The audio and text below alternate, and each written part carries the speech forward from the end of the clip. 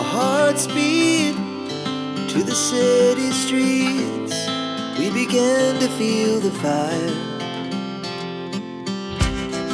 We rise like tall Guys, happy 4th of July and andito ngayon tayo sa bahay ng sister-in-law ko to celebrate. So, let's go and see.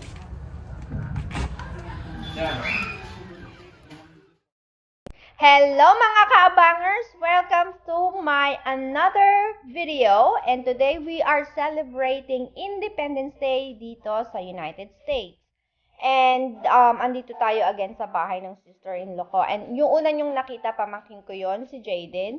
And guys, tingnan naman, ang daming calories. Daming pagkain, but it's all good. Yung Independence Day dito is another way para magsama-sama yung mga family members at saka mga kaibigan to celebrate together, magsaya.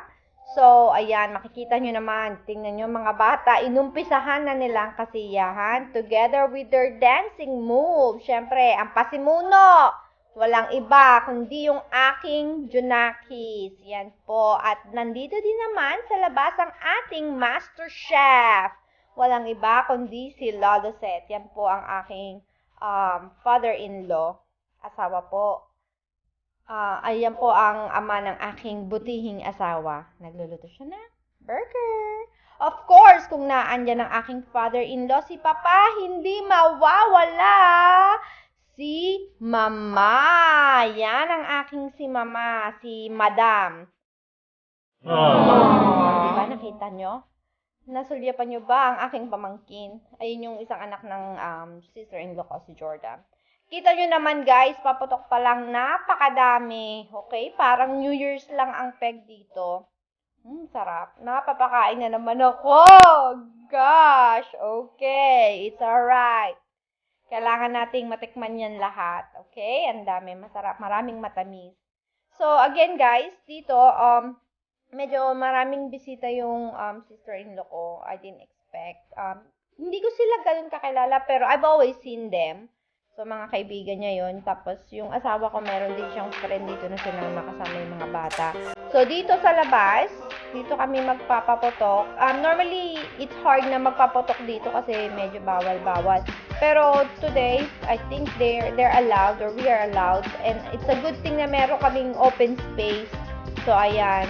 Medyo maaga pa, pero gusto na nilang itry yung mga paputok na pinagbibili nila. Syempre, mga boys, hindi natin mapipigilan. As long as we have to make sure na everyone is safe, na we have to take extra precaution, lalo na may mga bata. So, ayan guys, yan yung pamangkin ko kanina. Yan pasimuno. Kasama asawa ko, hala, sige, takbo, takbo, takbo. So, ayun nga guys, papaputok, yan, nabulol na po ako, ma'am. So, nagpapaputok po, and we make sure na yung mga bata nasa tabi lang sila.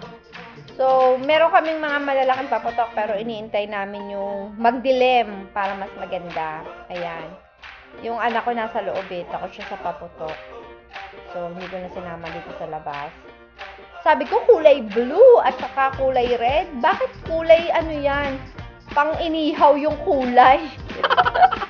Talaga naman to. Palpak. Ano ba yan? But anyway, ayan po gabi na. So, makita nyo naman, napakaganda ng paputok. Diba? Happy 4th of July from Moron!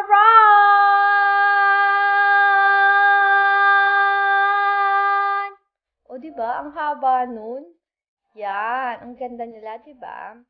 So, ayun guys, bago tayo magtapos today, I'm gonna have a small trivia. And the first one is, when was the first Independence Day celebrated here in the United States? The answer is 1777. Yes, because it was first declared in 1776. So the first celebration was the next after, which is 1777. Then we have the next trivia, guys. The next trivia would be, when did the 4th of July become a federal holiday? The answer is 1870. So, yun guys, at least for today, may natutunan kayo kahit papaano mula kay Moron. So, see you again on my next video. Bye!